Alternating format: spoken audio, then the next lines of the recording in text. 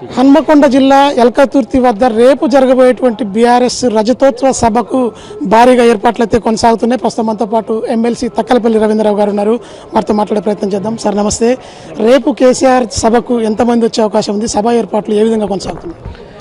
అంటే పెద్ద ఎత్తున మాకు కొద్ది రోజుల నుంచి మాకున్న సమాచారం ఏంటంటే రాష్ట్ర వ్యాప్తంగా అన్ని నియోజకవర్గాల్లో మా పార్టీ రజతోత్సవ సన్నాహక కార్యక్రమాలు సమావేశాలు జరిగినాయి. వాటి ద్వారా తెలిసింది ఏంటంటే వేలాది వాహనాల్లో లక్షలాది మంది ప్రజలు తరలి వస్తారని మేము వేస్తున్న అంచనా అయితే 10 లక్షలు క్రాస్ అయిద్దని. ఉమ్మడి వరంగల్ జిల్లా నుంచి 2 లక్షలు, ఉమ్మడి కరీంనగర్ జిల్లా నుంచి 2 లక్షలు, లక్ష కనుక నల్గొండ జిల్లా, ఉమ్మడి మెదక్ జిల్లా నుంచి 1 లక్ష. ఇట్లా చూస్తే విపరీతంగా ప్రజలు వస్తున్నారు.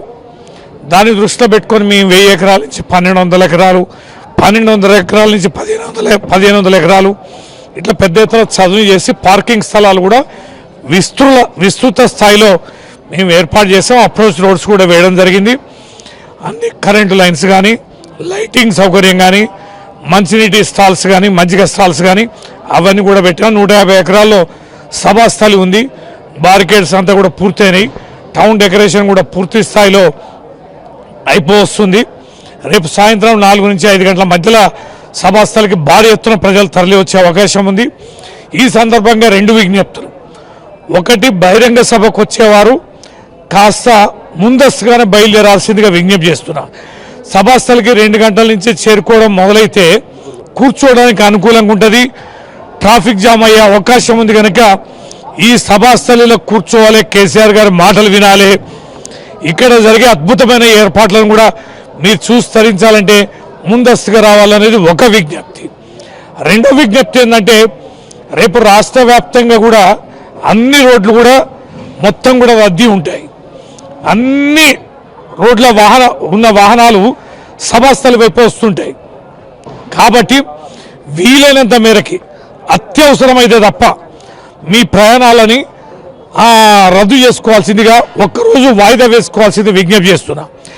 ఎందుకంటే సాధారణమైన ప్రజలు మీరు ఇతర కార్యక్రమాలపైన ప్రయాణం చేస్తే మీరు ట్రాఫిక్లో ఇరుక్కుపోయే అవకాశం ఉంటుంది.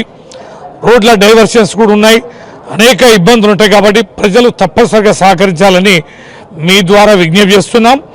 సకాలంలో ప్రజా సమావేశానికి వచ్చేటోళ్ళు చేరుకోవాలి. సాధారణ ప్రజలేమో తమ యొక్క ప్రయాణాన్ని వాయిదా వేసుకోవాల్సిందిగా విజ్ఞప్తి చేస్తున్నా.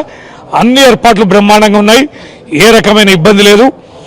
25 సంవత్సరాలు పూర్తి చేసుకున్న సందర్భంగా రజతోత్సవ వేడుకగా ఈ కార్యక్రమం బహిరంగ సభ నిర్వహించుకుంటున్నాం. ప్రజా ప్రతినిధుల ఎవరైనా సరే ప్రజల కోసమే పనిచేస్తారు. అలాంటి ఉద్యమ బాపు కేసీఆర్ సభకు, రేపు జరగబోయేటువంటి సభకు 5 రోజుల ముందు నుంచే నల్గొండ జిల్లా నుంచి ఎడ్ల బండ్లు కట్టుకొని వస్తున్నారు. అంటే ఈ 16 నెలల పాలనలో ఎందుకు ఇంత మార్పు? అంటే వారు చెప్పిన కలబులి మాటలు, 420 హామీలు, 6 గ్యారెంటీలు, 13 హామీలు, ఆ మేనిఫెస్టో, 100 రోజుల అమలని బాగా ఆకర్షణీయమైన మాటలు చెప్పారు. వారే సమయం కూడా గడువు కూడా విధించుకున్నారు. 100 రోజుల్లోనే పూర్తి చేస్తామని. ఎల్బీ స్టేడియం నుంచే మా యొక్క పథకాలు అమలవుతాయని అట్లా అమలు చేయడం, చెప్పడం, తర్వాత అమలు పరిచయం అనేటివి ఏవైతున్నాయో అవి అరకొరగా. ఇప్పుడు మహిళలకు బస్సులు అన్నారు, అవి అరకొరగా వేశారు. పూర్తి స్థాయిలో బస్సులు వేయలే. రుణమాఫీ ఉంది, 30-40% అమలైంది. ఇట్లా చాలా వాళ్ళు అమలు పరిచినవి అన్నీ అరకొరగా జరిగినాయి. రైతు భరోసా ఉంది, 1-2 ఎకరాలు వేసినామని అన్నారు, మిగతా రైతులకు వేయలే. ఇట్లా రైతులను కూడా మోసం చేశారు. ఉద్యోగం అన్నారు, మేము అప్పుడు ఇచ్చిన నోటిఫికేషన్లు, ఇంటర్వ్యూలు ఏవైతే ప్రాసెస్ చేసామో వాటి నియామకాలే చేశారు. కొత్త నోటిఫికేషన్లు, కొత్త కథలు కూడా ఏం జరగలేదు. ఇట్లా నిరుద్యోగులు కూడా మోసం. మహిళలకు 2500 ఏమైనాయి? రుణమాఫీ ఏమైంది? విద్యార్థినీలకు స్కూటీలు ఏమైనాయి? విద్యార్థులకు 5 లక్షల రూపాయల డబ్బులు ఏమైనాయి? ఉద్యమకారులకు ఇస్తామని ఏమైనాయి? పెన్షన్లకు సంబంధించి 4000 ఏమైనాయి? వికలాంగులకు ఏమైనాయి? ఇవన్నీ చూస్తే ఇచ్చిన హామీలు తుంగలు దొక్కారు.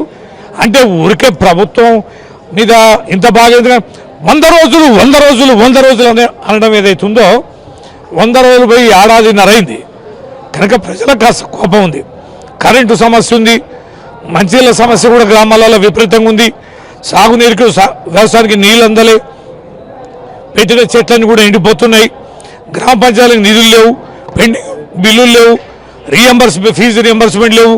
హాస్టళ్లలో విపరీతంగా విద్యార్థులు చనిపోతున్నారు, భోజనాలు సక్రమంగా లేవు, ఆజమాయిషీ లేవు, విద్యా వ్యవస్థ మొత్తం కుంటుపడింది, నియామకాలు లేవు, స్కూళ్ళన్నీ కూడా సర్కారు స్కూల్ ఆగమైపోతున్నాయి, ఉన్న రెసిడెన్షియల్ స్కూల్ ఆగమైపోతున్నాయి, హాస్పిటల్కి టాబ్లెట్లు రావడం లేదు, డాక్టర్లు సరిగా ఉండడం లేదు, వైద్యం కూడా ఫెయిల్ అయింది. ఇవన్నిటి కారణంగా ప్రభుత్వం పైన బాగా వ్యతిరేకత వచ్చి ఇవాళ మళ్ళీ బీఆర్ఎస్ కావాలి, కేసీఆర్ గారు కావాలని ప్రజలు పెద్ద ఎత్తున భావిస్తున్నారు. ఉద్యమ నేత కేసీఆర్తో మీకు అత్యంత సన్నిహిత సంబంధం ఉంది. వారితో కలిసి మీరు ఉద్యమంలో కూడా పాల్గొని జైలుకు కూడా వెళ్ళినట్టున్నారు. అప్పుడున్న రోజులకు ఇప్పుడున్న రోజులకు ఏం తేడా గమనించారు? రాబోయే రోజుల్లో బీఆర్ఎస్ పార్టీ తిరిగి మళ్ళీ అధికారంలోకి వచ్చే అవకాశం ఉందంటారా? ఖచ్చితంగా వస్తుంది. ప్రజల ఆశీర్వాదం అట్లుంది. చేసిన తప్పు ప్రజలు కూడా తెలుసుకుంటున్నారు. మేము అద్భుతమైన అనేక ఉద్యమ ఘట్టాలు నిర్వహించినాం. ఉమ్మడి వరంగల్ జిల్లాకు అధ్యక్షుడిగా ఎన్నో సంవత్సరాలు ఉన్నాం. అనేక కీలకమైనటువంటి బహిరంగ సభలు కానీ, కీలకమైన ఉద్యమాలు కానీ, మానుకోట ఘటన కానీ, అనేకమైనటువంటి కార్యక్రమాల్లో మేము అగ్రభాగాన కేసీఆర్ గారితో ఉండి పనిచేస్తాం. కాబట్టి ఒక రాష్ట్రాన్ని సాధించుకున్నాం.